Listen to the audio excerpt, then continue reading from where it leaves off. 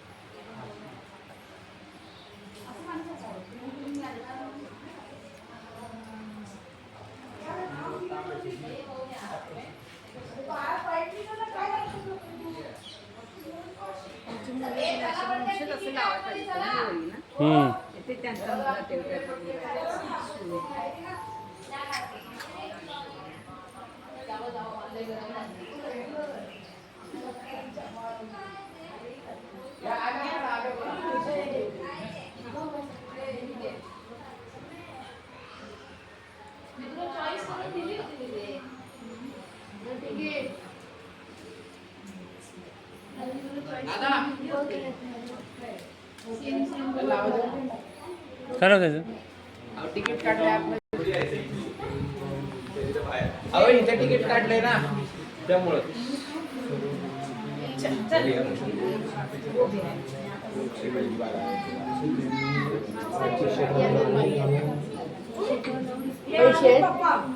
वजन आहे ती.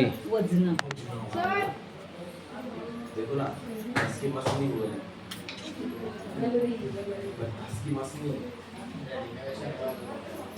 अरे पण ह्या गोष्टी थोडी रिनोव्हेट होतात. कलर होतो, लांबी रिनोव्हेट होते, खाचा बसवले. आपल्या इथे ब्रिज सरकारने बनवले bridge सत्याना.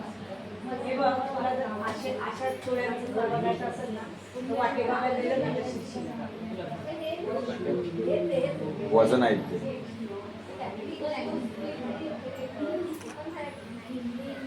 The weights of royal holders.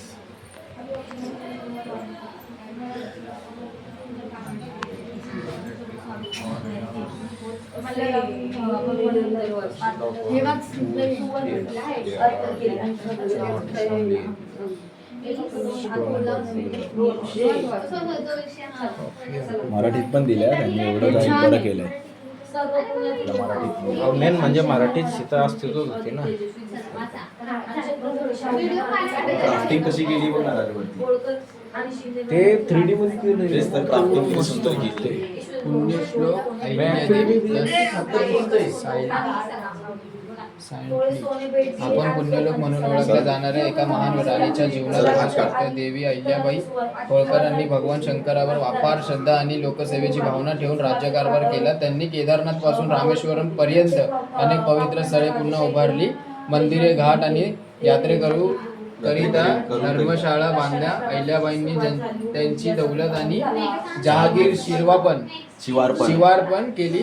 सन 1785 मध्ये त्यांना सोमनाथ मंदिराचा जीर्णोद्धार केला आणि त्या पवित्र जागेत आध्यात्मिक आणि सामाजिक जीवन पुन्हा जगावले. महाशिवरात्रीला सर्व ज्योतिर्लिंगावर गंगाजल पोहोचवावे यासाठी त्यांनी खास व्यवस्था केली. त्यांच्या काळात चलनात अनेक नाण्यांवर शिवलिंग कोरलेले असे. प्रत्येक शासकीय आदेशानुसार श्री शंकर आदेशाची सुरुवात श्री शंकर आदेश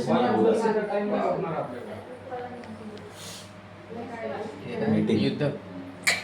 सीना नदीच्या काठावर काही मुली खेळत होत्या.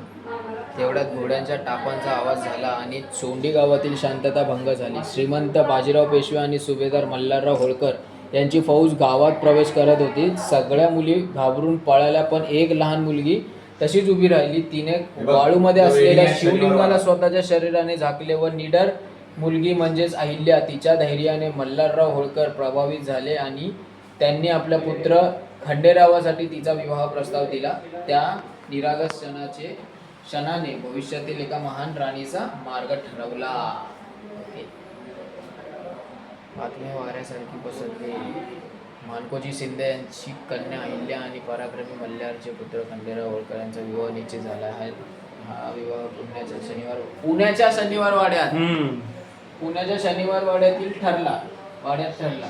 मराठा सामर्थ्यांचे केंद्र काशीबाई पेशव्यांनी दोन्ही कुटुंबाचं जंगी स्वागत करण्याची तयारी केली. मल्हाररावांनी भगवान मल्हारी मार्तंडा स्वतःला छत्रपती शाहूंना आमंत्रण दिले. हे फक्त दोन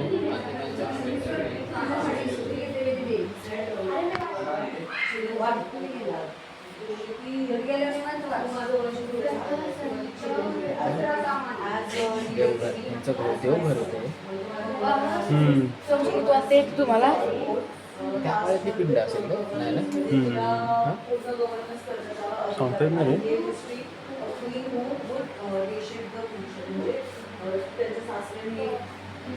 ती एक अशी हिस्ट्रीतली क्वीन झाली की तिने फ्युचर सेट केला सगळा.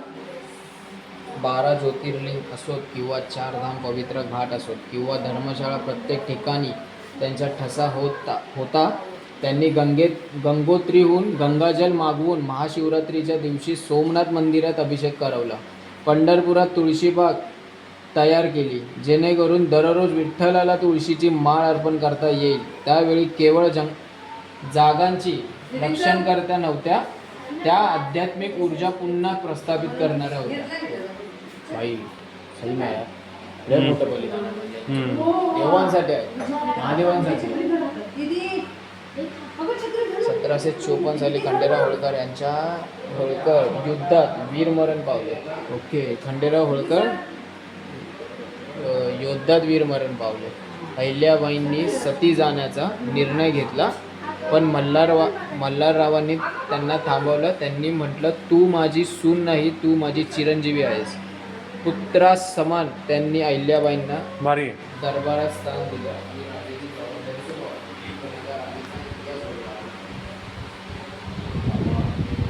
म्हणजे हे राज्याभिषेक झालेला त्यांचा. पण राज्य करणे ही एक गोष्ट आहे, पण समजूतदारपणे आणि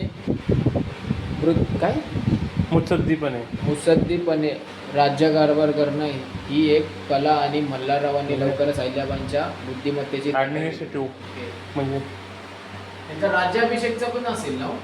हा असेल ना. विवाहानंतर अहिल्यादेवींनी संसाराचे धडे गिरवायला सुरुवात केली. त्यांनी आपली भूमिका पूर्णपणे आत्मसात केली. राजघराण्यात ज्यांनी परंपरा आणि सौम्यता यांचा सुंदर समतोल साधना गौतमान्वित त्यांना एका दर्शकमध्ये सन्मानित सुरू.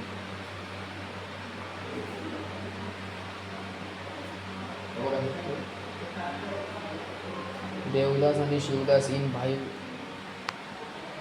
आणि शिवदास या बहीण भावाच्या स्मृती प्रित्यर्थ हे मंदिर निर्माण केलेले असून ते सन 1965 मध्ये निर्माण केलेल्या तारीख शिलालेखावरील तिथीनुसार समजते. महेश्वर यावेळी जलाउद्दीन बादशाहच्या अधीन होते.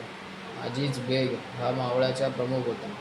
महेश्मती नागरीच्या नर्मदा तटावर चौधरी मंडल रशीद खोत पटेल गोत्र असलेले हे देवीदास मंडळ होते.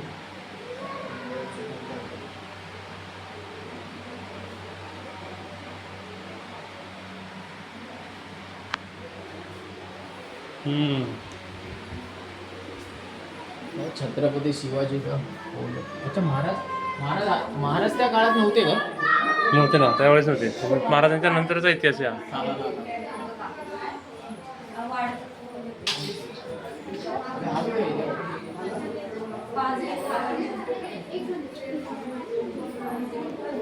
It's kind of museum, but a very informative. Yes.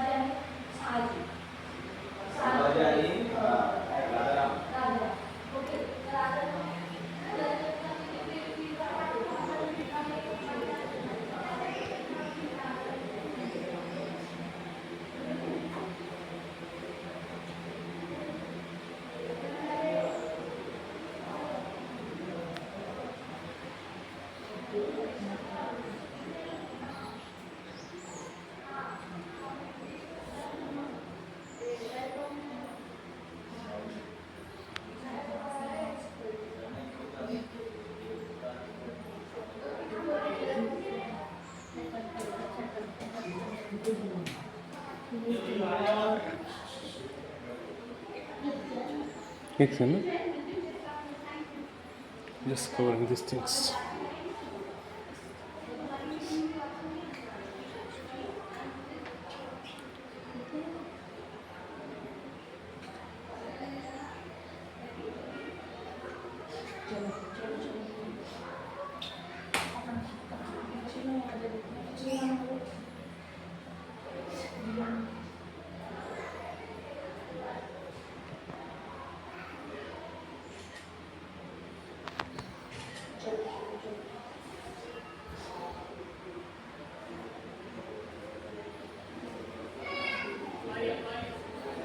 वरती असतात ना ते हे, आणि ती त्याची पालखी हत्तीच्या वरती होतात ना पाठीवर, त्याच्यावर बसतात. तिकीट कितना इनकी जाते हैं? आपण इथून चालेल. हो दादा, सगळे लहान पोरं असतात तिथं फक्त. आमचं तर लयच भारी आहे. सगळ्यात भारी.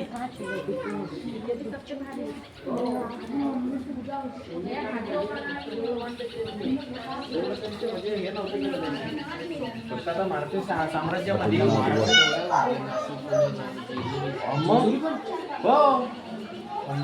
हो हे काय झालं, जेव्हा शिवाजी महाराज गेले सगळ्यांना सोडून, त्याच्यानंतर मुघलांचं अतिक्रमण जास्ती वाढलं. राजाराम महाराजांनी जेवढं लांब लांब पळवता येईल, त्यांना मारता येईल तेवढं मारलं, पण नंतर जे नुकसान झालं त्यांनी ती भरपाई करून घेतली. त्यांची नंतर ना ते बाजीराव पेशवा, तिसरा नाही का बाजीराव, त्यानंतर ना सगळं अस्तित्व संपत आलं होतं मराठ्यांचं. मग यांनी म्हणजे सांभाळून ठेवलं.